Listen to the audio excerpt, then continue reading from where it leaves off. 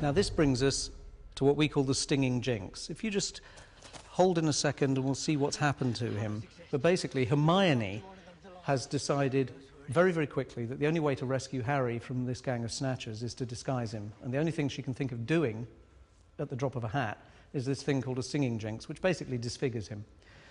The problem for us was we have to disguise him enough so that the audience will believe that the bad guys, the snatchers, will not recognize him.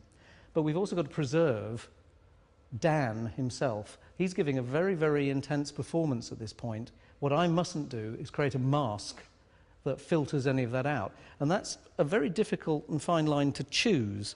The thing to remember about a makeup like this is it's not a creature fantasy thing. If you're doing a fantasy monstery thing, you've actually got a huge amount of leeway. You can get away with murder. If you are doing something that has to just look real, and in this case, although it's a magical spell, it's kind of got to look like a medical condition, there mustn't be anything in the application of the makeup or the feel of the makeup or the way it moves that reads artificial or fake or pretend. It's got to look human.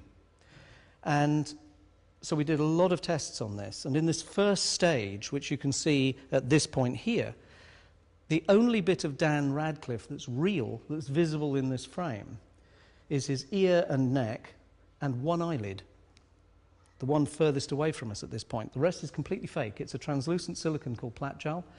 It's been artworked to match his face. At this point in the scene, because Dan's been, if you like, on the run for a while, he has beard stubble. So we've had to put the beard stubble into the fake face. And that's done one hair at a time, and there's a new face for every day of shooting. Now, a scene like this takes many days to shoot. And so a team of people would sit there painting up endless pieces for one shot. He's going to have it by the end of the night. You know who's found the Elder Wand?